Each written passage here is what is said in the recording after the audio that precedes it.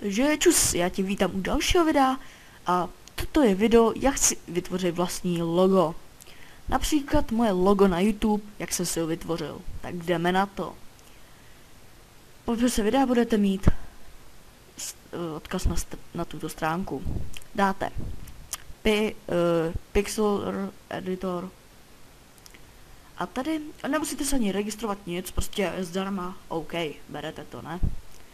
Vytvořit nový obrázek, dáte si rozlišení, což je tady to HD, jakoby prostě to nejvyšší, tady vyšší nevidím. Ne, nevidím, jenom tady to. Dáme si test, logo, smajlíka, jo, OK. A už můžete v podstatě vytvářet, takže dáte tohle, ten čtverec, je to gradient, a tady si vyberete, jaký chcete styl a barvu. Sám třeba toto a barvu si tam dám například takovouhle zelenou a na druhou si dám takovouhle třeba žlutou, jo. To opravdu jenom na vás. Pokud to máte, klidněte vedle a držte levý a přetáhněte kam to chcete. Třeba sem, nebo sem, nebo sem, nebo sem. To je úplně jedno. Nejlepší je to asi takhle, protože je to takový lepší. No. Pokud chcete text, dáte si tady to A. Napíšete si vlastní text.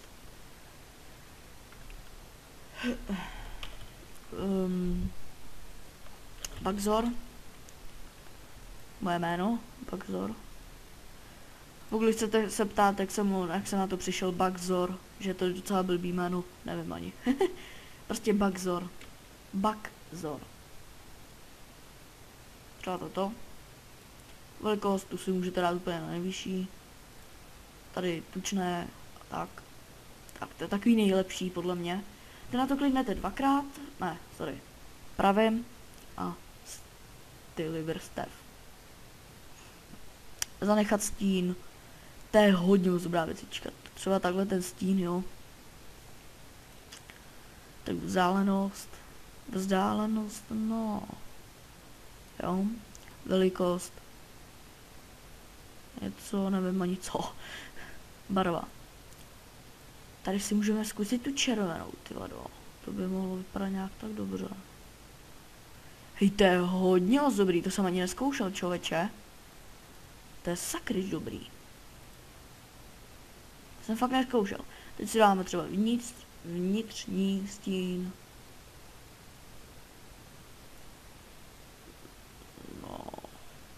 Jo, můžeme to zkusit, jakože. Velikost, no to si asi necháme. Zkošení. To ani nevím, co to je. Člověče? Já to fakt nevím. To je jedno, tak takhle si to můžeme dát třeba místo tady toho můžeme dát tu červenou. Teď. To se hodí do toho docela. Vnější zář. To ani taky nevím, co to je. Jo. Záře prostě. Jasné, no. OK.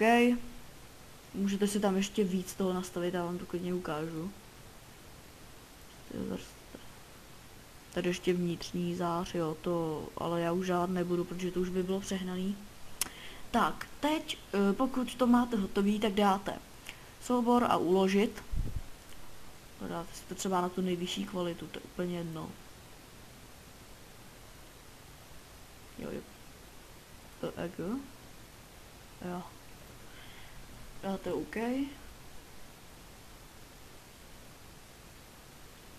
Pracuje to. Takže si prostě nastavíte tu kvalitu, co chcete.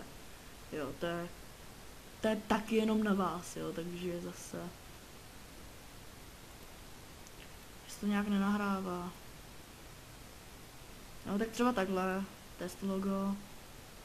Jo, tam totiž ty, jasný, už to chápu. Já tady asi nemám mít tady to. Si pište, uložit. A teď se vrátíme na zase na tu stránku a teď si dáte Pixlr Express. To je ještě na dokončení toho projektu.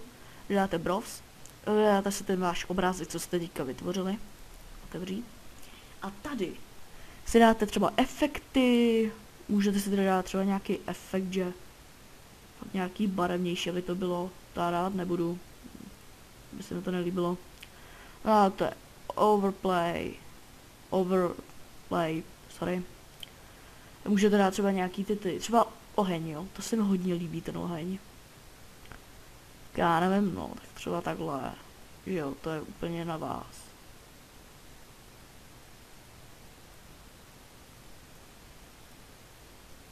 Ještě takhle nastavujete, jak to chcete. Dám cancel a dám si tam něco takhle lepšího, něco. Třeba takhle. Jo, to vypadá docela pěkně. Apple. Co tady ještě můžete dát? Borders. Třeba, to je na okraj. Ne, to jsem nechtěl. Sorry. Nejlepší je tady to. INK. Takový fakt nejlepší. Třeba takhle, jo. To je pěkný úplně. Takže dám si Apple. Stickers. To asi už víte. Prostě nějaký ty. Třeba, já nevím. Dáme se sem třeba. OMG.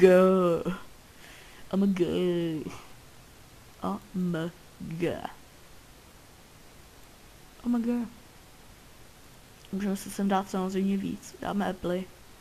A zase si sem něco můžete dát, jo. Máme něco jako...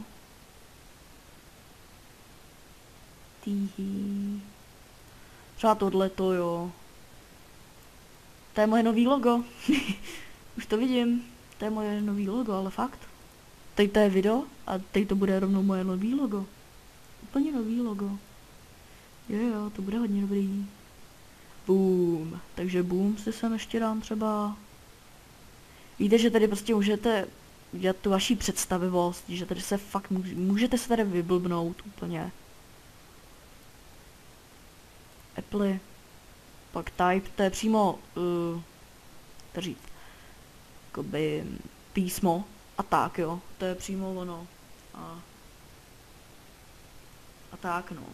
Prostě stačí si tam udělat třeba jenom takový to. Tady to pozadí a můžete si sem napsat ten text jinak. To můžete, dáte save, dáte si to na vaší, můžete i na plnou kvalitu. To je úplně jedno. Takže dám si sem nové logo. Save. Tady si to zase uložíte do toho. Teď jak se můžeme podívat. Tak. Tady jsou moje videa. Takže tady máte starý logo, tady už něco už dávno za horama. A když se podíváte a porovnáte, já vám to ukážu takhle a pak takhle. To je úplně něco jiného, koukejte. To úplně, víte co úplně lehký to je? Je to úplně takový, ani nepřeplácaný a to je libovka. To je něco úplně úžasného. Doufám, že se vám to líbilo teda. Mně jo, osobně.